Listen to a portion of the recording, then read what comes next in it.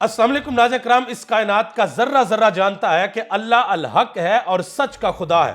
सच कभी नहीं छुपता, हमेशा सामने आ जाता है।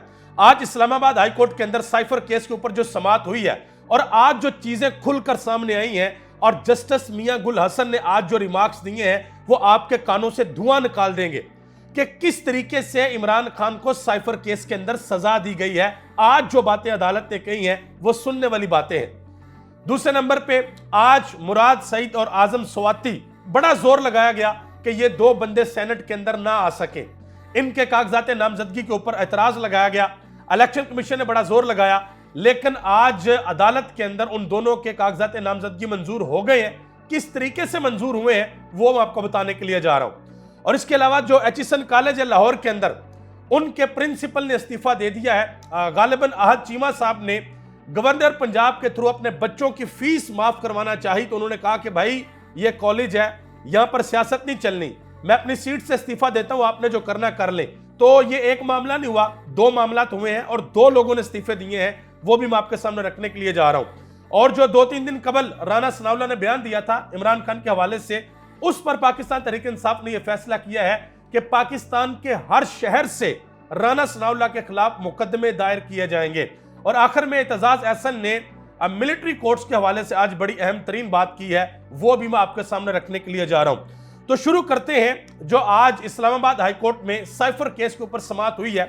सबसे पहले जस्टिस मियां गुल हसन औरंगजेब, उन्होंने जो आज रिमार्क्स दिए हैं वो मैं आपके सामने रखने लगा हूं। उससे आपको अंदाजा होगा कि मकसद सिर्फ यह था कि इमरान खान को अंदर रखना है, बस, और कोई मकसद नहीं है। उन्होंने रिमार्क्स दिए कि ना साइफर मौजूद है, ना साइफर की कॉपी मौजूद है, ना वो तर्जमा मौजूद है जो डी कोड के बाद हुआ, ना वो डॉक्यूमेंट मौजूद है जिसको ट्विस्ट किया गया, ना ये सब जज को दिखाया गया, ना सरकारी वकीला ने देखा, ना एफआईए वालों ने देखा जिन्होंने मुकदमा किया। ये मफरूजों पर केस चलाया गया, गवाहान भी पेश हुए और सजा भी हो गई। अंदाजा लगाए कि इमरान खान के ऊपर केस होता साइफर का, ना वो साइफर किसी ने देखा है, ना किसी ने पढ़ा है, ना रिकॉर्ड का हिस्सा है, ना उसका मतन सामने आया है, हत्ता के एफआईए ने भी नहीं देखा। और केस चला, ट्रायल हुआ अडयाला जेल में और इमरान खान को 10 साल की उसके अंदर कैद की सजा दे दी गई। ये बातें मैं नहीं कर रहा, ये इस्लामाबाद हाई कोर्ट के फाजिल जज ये बातें कर रहे हैं। और मजीद एक और बात भी उन्होंने की, उन्होंने कहा कि जिस केस में 10 साल सजा सुनाई गई है उसमें साइफर का मतन किसी के पास नहीं है, अदालत तक ने नहीं देखा, प्रोसिक्यूशन ने भी नहीं देखा, तो फिर सजा किस तरीके से हो गई। ये आज अदालत के अंदर सवाल उठाए गए हैं। और आज पाकिस्तान तहरीक इंसाफ ने दोबारा एक बड़ा मुतालबा किया है। उन्होंने कहा है कि इस्लामाबाद हाई कोर्ट के जो चीफ जस्टिस हैं आमर फरूक साहब, वो इमरान खान का कोई भी केस ना सुने। इमरान खान को उनके ऊपर एतमाद नहीं है।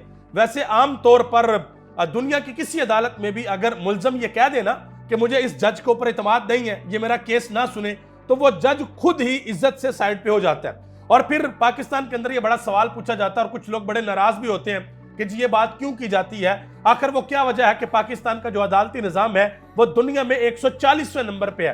तो हजूर ये है वो जराए, ये है वो काम, ये है वो केसेस जिनकी वजह से पाकिस्तान का अदालती निजाम दुनिया में 140वें नंबर पे है। अब इमरान खान के जो वकील हैं बैरिस्टर सलमान सफदर, उन्होंने भी बाहर आकर बड़ी अहम गुफ्तगू की है। उन्होंने कहा कि इमरान खान के तीनों केसेस की सजा ईद से पहले पहले खत्म होती हुई नजर आ रही है। यह केस वापस रिमांड की तरफ नहीं जा रहा, मां सवाए सजाएं खत्म करने के और कोई ऑप्शन है ही नहीं। कल तक हमारे सारे आर्गुमेंट्स खत्म हो जाएंगे, उसका फैसला भी आ जाएगा। और सोमवार को तोशाखाना केस की समाअत है, वो भी एक दिन के दलाइल का केस है। मजीद उन्होंने कहा कि इंशाल्लाह 25 रमजान तक खान साहब के केसेस का फैसला हो जाएगा और सजाएं भी कलअदम हो जाएंगी। ये उन्होंने बात की है। अब आगे आ जाए जो मुराद सईद वाला मामला है और आजम स्वाति वाला मामला है।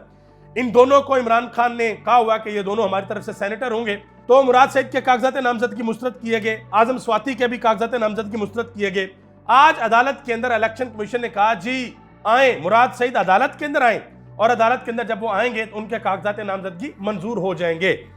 तो मुराद सईद के वकील ने यह कहा कि अदालत जमानत दे, अदालत जमानत दे मुराद सईद की, मैं अभी मुराद सईद को अदालत लेकर आऊंगा और अगर मैं ना लेकर आ सका तो मैं अपनी वकालत छोड़ दूंगा। इसका मतलब है कि मुराद सईद बिल्कुल तैयार बैठे हैं, वो किसी भी वक्त मंजर आम पर आ सकते हैं। लेकिन इमरान खान की हिदायत यह है कि जब तक मुराद सईद सेनेटर मुंतखब नहीं होते, मुराद सईद किसी भी सूरत बाहर ना आए, वो जहां पर महफूज मकाम पर है उधर ही रहे। तो मुराद सईद के आजम स्वाति के इसके अलावा एक बंदा और था, उनके भी कागजात नामजदगी मंजूर हो गए हैं। इसके अलावा जी पंजाब के अंदर एक बड़ा अजीबोगरीब किस्म का काम हुआ। काम यह हुआ है कि एक धड़ा बन गया अलहदा से, जो कि सेनेट के इंतखाबात में पाकिस्तान तहरीक इंसाफ के कैंडिडेट को शायद वोट नहीं देगा। तो आज पंजाब असेंबली के अंदर लोगों ने रिलीज इमरान खान के बैनर पकड़े हुए थे और यह शुएब शाहीन ने बड़ा वाज़ेह तौर पर ऐलान किया। उन्होंने कहा जी वो लोग जो इमरान खान के कैंडिडेट को वोट नहीं देंगे, जो लोटे बनेंगे, वो राजा रियाज की सूरत हाल देख लें। जो राजा रियाज ये कहता फिर रहा है कि लोग मुझे पहचानते नहीं हैं और मेरे सलाम का जवाब भी नहीं देते, तो उन लोगों का वो हाल होगा। आखिर में जी लाहौर के अंदर एक बड़ा मशहूर कॉलेज है एचिसन कॉलेज, वहां पे अहद चीमा साहब के बच्चे पढ़ते हैं। तो गवर्नर पंजाब बलीगुर रहमान साहब ने कहा कि जी उनके बच्चों की फीस माफ की जाए। तो एचिसन कॉलेज के जो प्रिंसिपल है उनका नाम है माइकल थॉमसन, मुसलमान नहीं है, गोरे हैं। तो उन्होंने कहा कि भाई कॉलेज के मामलात में सियासत को मत लेकर आए, और उन्होंने अपने ओहदे से इस्तीफा दे दिया और गालिबन हो सकता है कि बहुत जल्द वो पाकिस्तान छोड़ भी जाए। और उनके पीछे पीछे एक और बंदा है जो कि एचिसन कॉलेज की मैनेजमेंट कमेटी के सीनियर मेंबर है सैयद बाबर अली, उन्होंने भी इस्तीफा दे दिया है। अब ये लग तो ये रहा जी बच्चों की फीस का मामला है, लेकिन एक और मामला भी हुआ था। वो मामला ये हुआ था कि मरियम नवाज साहबा ने जाना था एचिसन कॉलेज, और एचिसन कॉलेज की तरफ से मना किया गया था कि आप यहाँ पर ना आए। तो ये मामला भी हो सकता है। और यह मकबूल जान ने एक बड़ा अहम ट्वीट किया इसके ऊपर। उन्होंने कहा कि गवर्नर पंजाब ने जिस कमाल मेहरबानी और अल्तफात से नजर करम करते हुए अहद चीमा के बच्चों की एचिसन की फीस माफ करवा कर सिला रहमी का मुजाहरा किया है, साथ में नवाज शरीफ की तस्वीर वाले चंद आटे के थैले भी भिजवा देते तो मजीद अजर के मुस्तहक ठहरते। ये उन्होंने ट्वीट किया है। और इसके अलावा पाकिस्तान तहरीक इंसाफ की क़यादत ने एक बड़ा फैसला किया है। एक उन्होंने आवाज़ भी उठाई है पार्लियामेंट के अंदर कि जी ये काम नहीं होना चाहिए था, और एक और काम किया है। उन्होंने कहा जी राना सनाउल्लाह ने जो इमरान खान के खिलाफ बयान दिया है कि जी इमरान खान का जो वजूद है वही मसला है, यानी कि ये तो सीधी सीधी इमरान खान की जिंदगी के लिए खतरे वाली बात हो गई ना। तो उन्होंने ये फैसला किया है कि कोर कमेटी की तरफ से ये बात कही की है कि राना सनाउल्लाह और मरियम औरंगजेब के खिलाफ मुकदमा दर्ज करवाया जाएगा। ये फैसला किया है अगर पुलिस अपनी हट दर्मी पर कायम रही तो अदालत से रजू करेंगे और अडयाला जेल के सामने जाकर तमाम मेंबरान धरना देंगे। और उमर अयूब खान ने तो यहां तक कहा कि हम पाकिस्तान के हर शहर में मुकदमा दर्ज करवाएंगे। शाहनदाला गुलजार ने कहा कि अगर इमरान खान को कुछ हुआ तो पाकिस्तान की जड़ें हिल जाएंगी। ये एक फर्द का नहीं पूरे पाकिस्तान का मसला है। उन्होंने और भी बड़ी सख्त बातें की आज इस मसले के ऊपर बात करते हुए। अच्छा जी, आखिर में एतजाज हसन ने जो सिविल मिलिट्री कोर्ट्स हैं उनके हवाले से आज एक बड़ी अहम बात की है। उन्होंने कहा कि फौजी अदालत का यह इख्तियार ही नहीं है कि वो किसी की आंख में आंख डालकर देखे और किसी को मुजरम करार दे।